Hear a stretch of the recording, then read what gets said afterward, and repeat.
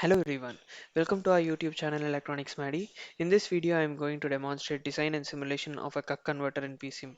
In case you haven't subscribed to our channel, please do subscribe to it, only then you'll get the videos that we post regularly. Alright, let's get started. So this is the circuit diagram of a CUC converter. It is basically a DC to DC converter which can increase the voltage at the load terminals or decrease the voltage at the load terminals. So one of the major differences with respect to buck boost converter is that it produces an inverting output voltage. If you're supplying positive voltage, you'll be getting negative output voltage. If you're supplying negative input voltage, you'll be getting positive output voltage. So the working of a converter is discussed in detail in one of our previous videos. The link will be available in the description and it is also available in the end screen. You can watch it in case you would like to see the entire operation of a converter from the scratch. All right, let's get started. Our first thing is the design procedure. So every design starts up with certain assumptions and analysis that needs to be made based on your requirement of the circuit. So we are assuming the supply voltage to be equal to 25 volt and we are designing it for minus 30 volt at the low terminal. So we are basically increasing the voltage and the resistance value that we are choosing is 15 ohms. The frequency switching frequency is 50 kilohertz and the power rating is 60 watt. So the first step is to determine the duty ratio. So this mainly decides the switching cycle of the switches that is used, that is S1 in this case. So D is equal to V out by Vs plus V out. You will be getting 54.5%. This is our duty cycle. Our second step is to determine the average inductor currents and change in inductor currents. How do we find them? We'll be finding first IL2, that is given by P out by minus V out, that is equal to 2 amps in this case, and IL1 is equal to PS by Vs. So you'll be getting 1.66 amps. So using Ohm's law, that is PS is equal to V square Vs square by R. So based on that, we'll be finding IL2 and IL1. Once that is done, we'll be assuming change in inductor currents to be equal to 20% of the ripple current. So in that case, you will be getting delta IL1 is equal to zero point 0.2 into 1.66, that is corresponding value of IL1. You'll be getting 0.332 amps. Similarly, delta IL2 is given by zero point 0.2 into 2, you'll be getting zero point 0.4 amps. Why are these necessary? These are necessary for finding the inductance value. That is why we do this. So step 3 is to determine the inductor values. How do we determine it? So we know the formula delta IL is equal to Vs into D by LF. So we have to find the value of L1, which is given by this formula, Vs into D by delta IL1 into F. Substituting and solving, you'll be getting 820 microhenry.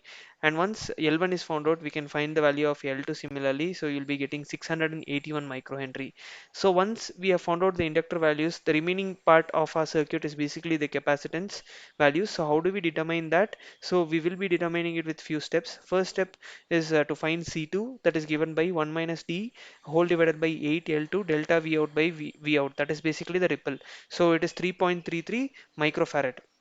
We have assumed a ripple of about 1%. You can assume it to be a suitable value according to your requirement. You can assume it to be 5% as well. So based on your requirement, if you calculate and substitute, you will be getting 3.33 microfarad. And once this is done, average voltage across C1, if you apply KVL in the circuit, you will be getting 25 minus of minus 30, that is 55 volt. So maximum change in VC1 is given by 55 into zero point zero 0.05, because we are assuming the ripple of C1 to be equal to 5%. So it is 2.75 volt. Why is VC1 very important? Because we have that in the equation while solving C1. So C1 is equal to Vs into D by Rf delta VC1. We know the value of delta VC1. So that is 2.75. Substituting, you will be getting 7.92 microfarad. So once we have found out C1, C2, L1, L2 and the duty cycle, most of our parameters is known. One of the most important steps is the gating block that is there in PSIM will not accept values in duty ratio, whereas in MATLAB we had that feature where we'll enter the duty ratio in seconds, but in PSIM it is like we have to convert it into degrees. How do we do that? So 100% duty cycle corresponds to 360 degree, because 360 degree is a maximum angle that it can allow. So 54.5% can allow 196.2 degrees. How did we get this? 54.5 into 360 divided by 100, you will be getting 196.2 degrees. So in the gating block in PSIM, we will not be able to enter the decimal values, so we will be entering it as 196 as a round figure. So based on that, we will be getting the output. So now let's start our simulation. Let's go to PSIM and start our sim. Right, here we are. So over here we have a convenient feature where we can drag and drop the components that we want. In case you don't have this, you can place this from the elements block. Suitable components can be placed and pinned to this bar, taskbar over here. So at the first place, we want a DC voltage source. We'll be dragging and dropping the components that we want. We also need an inductor. So be very careful. Dot indicates the positive polarity of the convention that we have considered. So once that is done, we need a MOSFET switch. So we'll be placing at this position.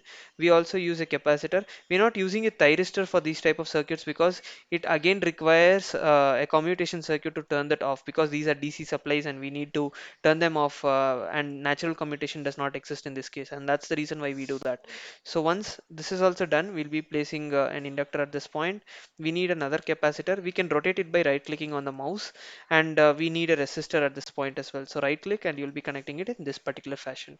So once this is done, we will be enclosing the circuit, like we'll be connecting the components according to a circuit diagram in this particular fashion.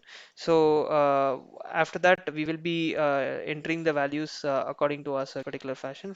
The freewheeling operation of the diode is in this particular direction.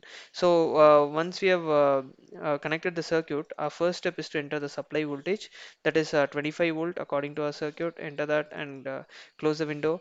And our second step is to enter the inductance value, that is 820 micro. You can enter it as 820 U, and that will take it as micro in PSIM. So that's not a problem. Next step is to determine the enter the value of C1, that is 7.92 microfarad. So enter that value as well. You can also display that value by clicking on this icon and this one. So it depends, if you need that, you can do that as well. So next step is to write the inductance value, that is L2, that is 681 microhenry. So 681 microhenry, we'll be entering that and closing the window. Again, C2 value is nothing but 3.33 microfarad. So enter that value over here. So once that is done, the resistive load that we have used is 15 ohms. So enter that value as well. So we have entered all the values. However, we need to fit in a gating block, which is the heart of the entire process, that controls the gating pulses of the switch. So now we'll be double clicking on this. The switching frequency that we have chosen according to our circuit is 50 kilohertz. So we'll be entering 50,000. And once that is done, let it be 2 points. And here is where we have to enter the firing angle, that is up to 196 degrees, 0 to 196 degree. It should be conducting. So that is the reason why we want it in degrees. The duty ratio should be converted in degrees. And this is how we will be doing it. And once this is done, we need one of the most important blocks, that is simulation control, which basically calculates the runtime of our particular circuit and it will help us in simulating it. So this is one of the most important blocks for the simulation to take place. So let us keep it as it is. Now we can click on run. We can also do it by clicking on F8. So time step has been changed to this value. So it automatically adjusts its value according to the time step that we have with respect to our circuit. If in case we have provided 1 into e power minus 5, so that is not according to our scale with respect to the circuit. So it will convert automatically based on the requirement, and we don't have to do anything with respect to it. Click on OK. So now in order to see the output, we need to measure the output voltage or the input voltage which you want. So we need to measure it using probes in this particular fashion. So we'll be connecting them across the output terminal, and we'll be connecting one across the source terminals as well. So in this particular fashion, rotate it. So we'll only be measuring it with respect to the supply voltage and the load voltage. We're not really concerned about the currents flowing through the capacitor and the inductor. In case you want to carry the entire analysis, you can do it by connecting ammeters in series with the circuit and see that as well. Now we'll be simulating it. Run simulation. Add these two ports, that is basically the output voltage and the input voltage. And now you can zoom in this particular portion using this block. So if you carefully observe, you are getting minus 30 volt. So let me go into our initial way of the circuit. So this is minus 30, and this is the supply voltage that we have given, that is 25 volt.